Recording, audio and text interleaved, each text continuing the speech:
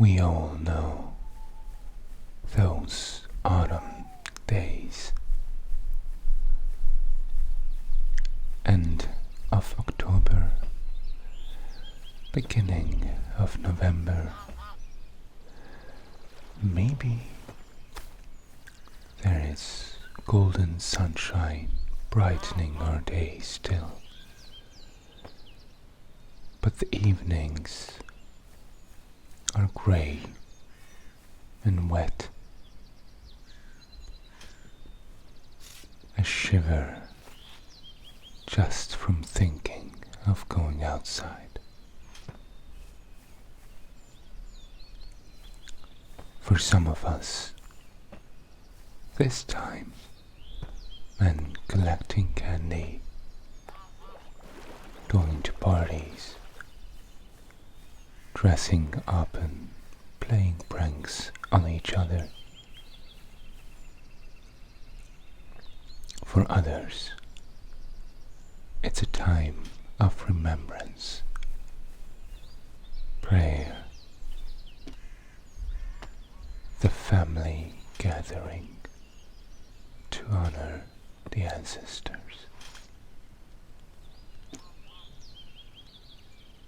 We go to the cemetery, wind blowing, leaves flying by, smelling the warmth from the toasted chestnut cellar on the corner.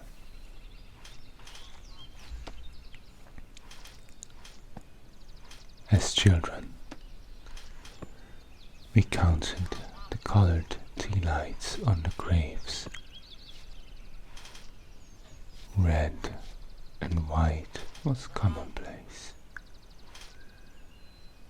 Blue and green were worth 1 point, and purple was the most valuable at 2.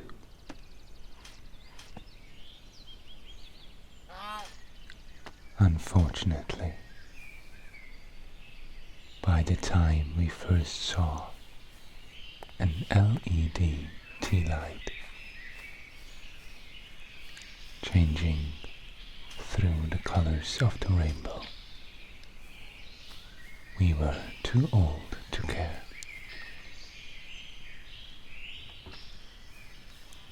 Perhaps for some of us, the experience is all of these things together, or something entirely different.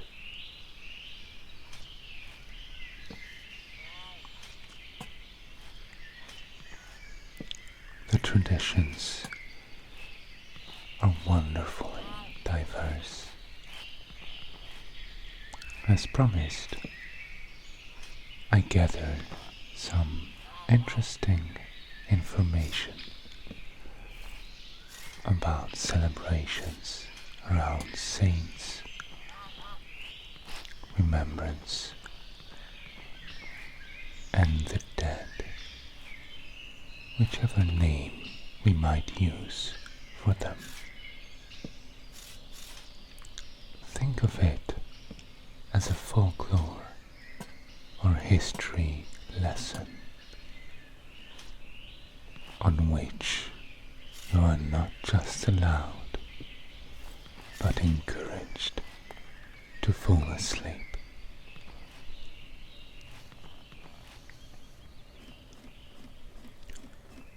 Though we know All Hallows Eve or Halloween and the Day of the Dead as either Christian traditions or just modern holidays without much of a spiritual background, still, as many others, they have older roots as well. Namely,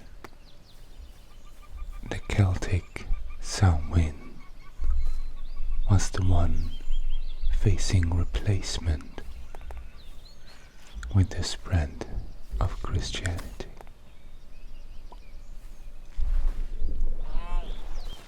Samhain is a so-called threshold holiday when not only the seasons turn, but the boundaries between our world and the other are also blurred. The time of harvest and sunshine ends, usurped by the fog, the darkness, and the cold. Everything is a little bit strange. We might just witness supernatural phenomena.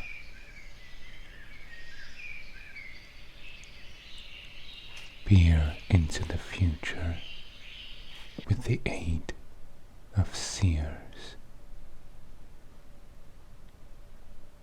and the truly curious can even meet the people of the other world, the Is She.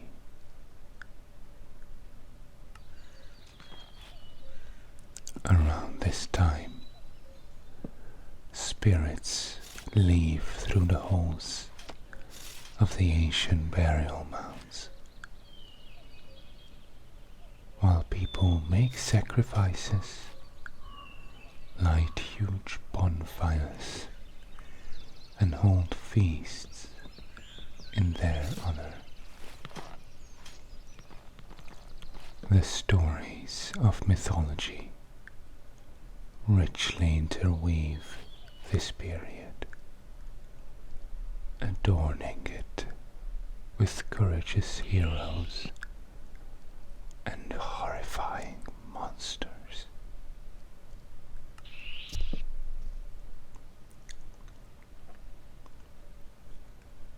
According to these tales, the migration of souls can be dangerous, as the open mounds might allow creatures from beyond to return to our world.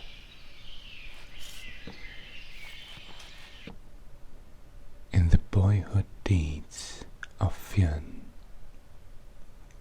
Island, a fiery deity, comes through every Samhain and burns the Tara Hill, a real location and ancient ceremonial site, to the ground. People are helpless because Island made everyone fall into a deep slumber by playing his harp before his arrival. One fateful Samhain, though, the young Fionn manages to stay awake and defeats the monster with a magical spear. At the end of a very similar story involving other monsters and even 3 women who turned into werewolves, Fionn's thumb gets stuck in the door, and as he puts it in his mouth to ease the pain, because it has been on the other side, his mind is suddenly filled with great knowledge from the beyond.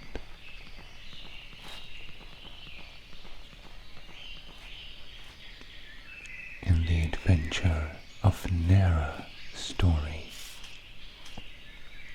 King Ailil announces a challenge. Whoever runs to the gallows and ties a noose around the feet of a hanged man receives a grand prize. Many try, but are all deterred by otherworldly monsters and demons in their path. The bravest, Nera, however, manages to reach the gallows, and the hanged man asks him for a drink.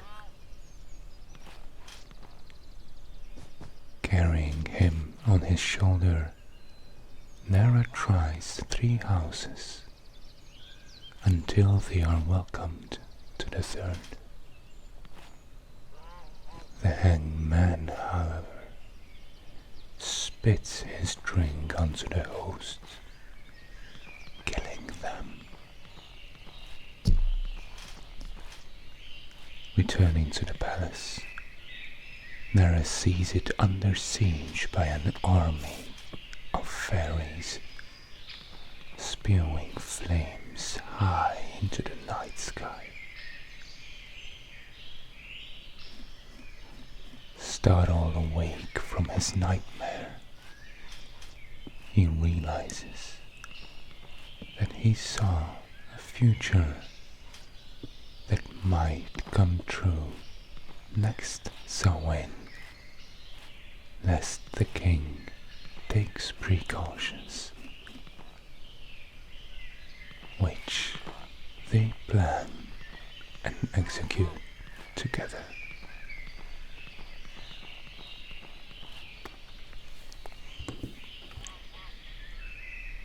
Stories are realized again in traditions. At Samhain, people donned odd, beautiful, and scary costumes, embodying the spirits of the beyond, fairies and monsters. Visiting house after house was already a widespread custom around the 16th century, during which the masked pranksters collected food and drinks, either as sacrifices to their characters or for the common village feast held later.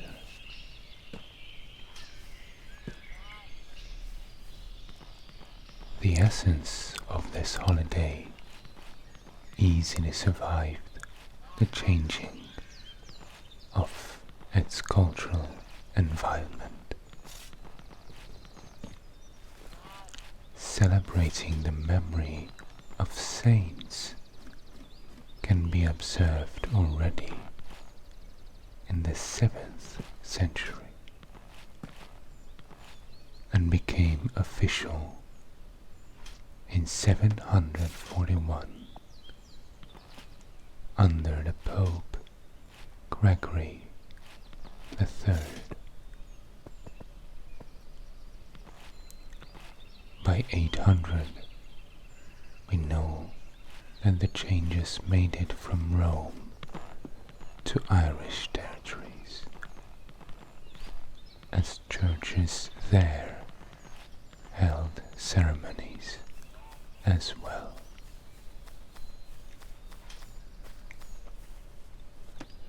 The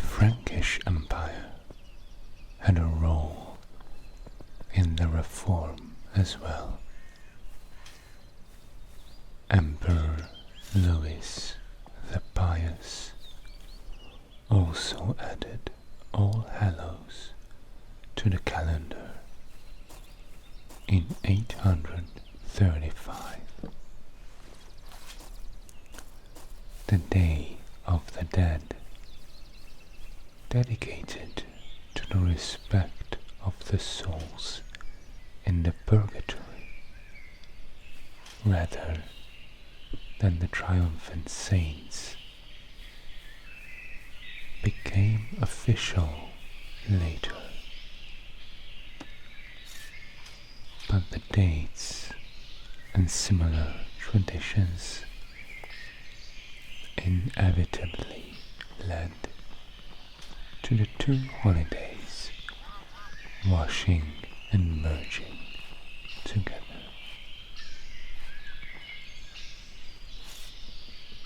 By the time Christianity reached the Kingdom of Hungary about 200 years later,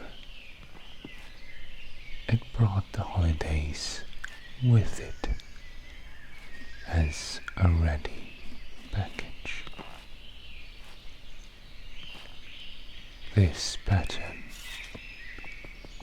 was commonplace with populations formed from migration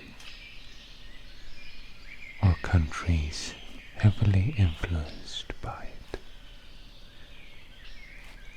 It was also Catholic immigrants who brought Halloween's origins to the United States. Of course, there are always new elements that are added on top locally. Samhain and its later equivalents had economic connotations as well, such as driving livestock to lower, warmer pastures. In Hungary, it was also the time of the jokingly so-called lead market, when farmers and squires made agreements with shepherds, workers, and servants for the coming year. Interestingly enough, in a small part of Hungary, the last market takes place not long before, though that one is about love, dancing, finding a partner, and also colorful gingerbread hearts with mirror decorations.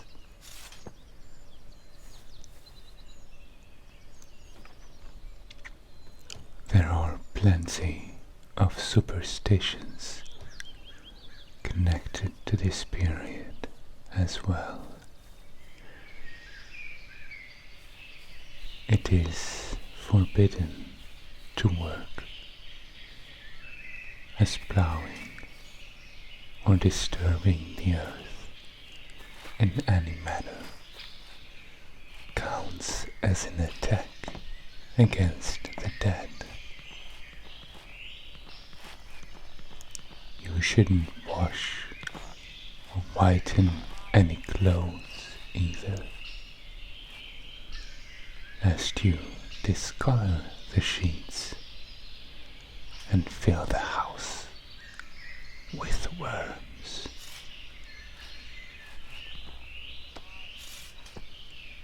The tradition surrounding feasts lived on in a charitable form.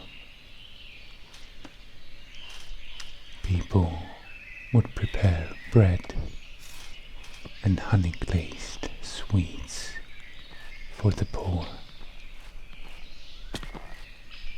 often handing it out at the door of the graveyard.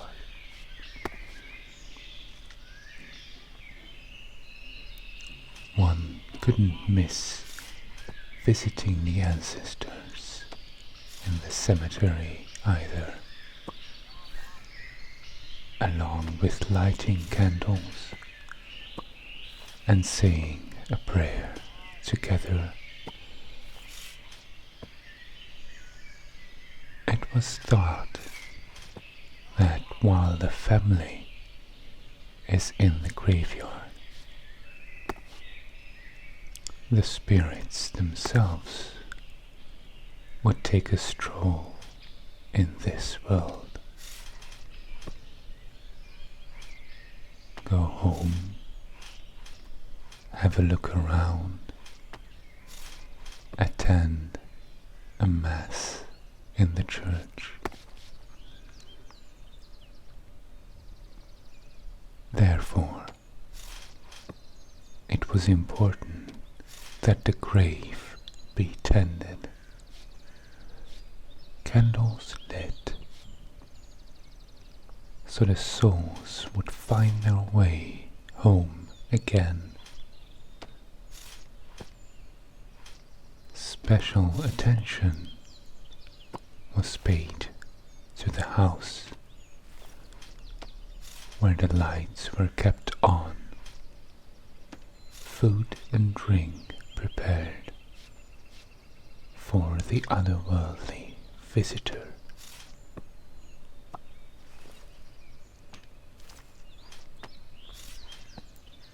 Wandering souls with malicious intentions were the reason for carving pumpkins and sometimes other produce as well. According to Irish folklore, the old stingy Jack loved money so much he even cheated the devil in a crooked deal. After his death, he would not be welcomed to hell or heaven, leaving him as a restless soul to be stuck in this dimension. Gourds were carved to form scary visages, jack-o'-lanterns, so that Jack himself would be deterred from the house.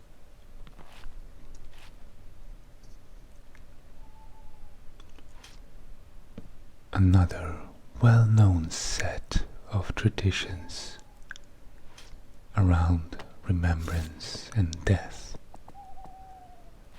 is the Latin American Day of the Dead, or Dia de los Muertos, observed most famously in Mexico. Scholars are divided on the roots of this holiday, as the date and the thematic matches its European relative. Still, the loud celebration evoking joyful stories full of music and laughter, the copious amount of floral decoration, richly painted statues and faces as well as the epitaph-styled little poems of banter and jokes, written both to the living and the dead, are so special that they became part of the World Heritage in 2008.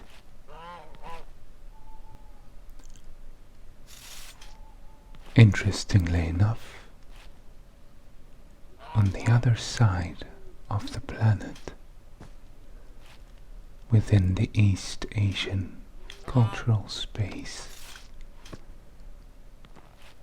such as China, Singapore, Taiwan, Malaysia, Cambodia, the Philippines, Thailand, Vietnam, and Indonesia, it is not long after the spring equinox than the holidays for respecting, gifting, and remembering one's ancestors take place.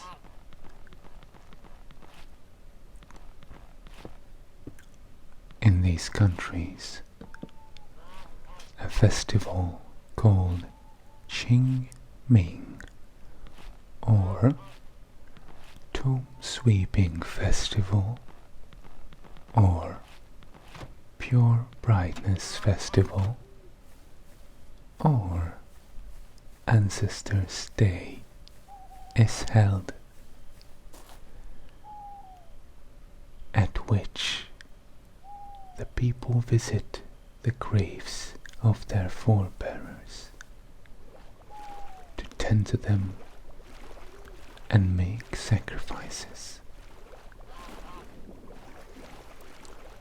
A seasonal specialty, sweet dumplings colored green by mugwort, Xingtuan, or in Taiwan, Chao Akwe, are prepared, and people burn so-called spirit money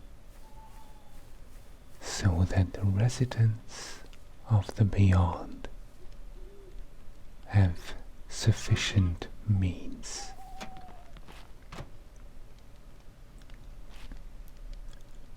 These banknotes, often referred to without any negative connotations, hell money,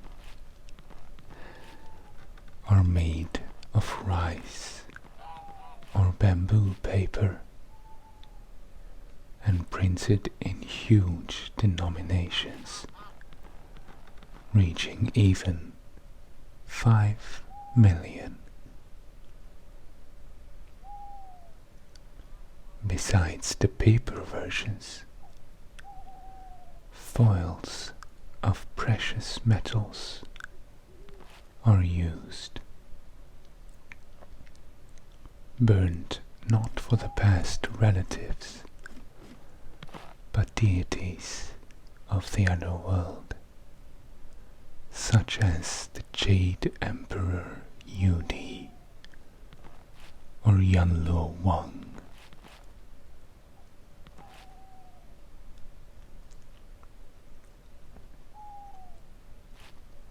Whatever strange, funny, or bittersweet traditions might surround our memories, they are essential to us, both as human beings and as a community on a cultural level. Thank you for listening to my little class. Please let me know if you'd like to see more similarly informative videos like this one. Like this one, and we'll see each other in the next one. Have a lovely day, evening, whatever it is where you are, and of course a restful Halloween season. Take care and goodbye.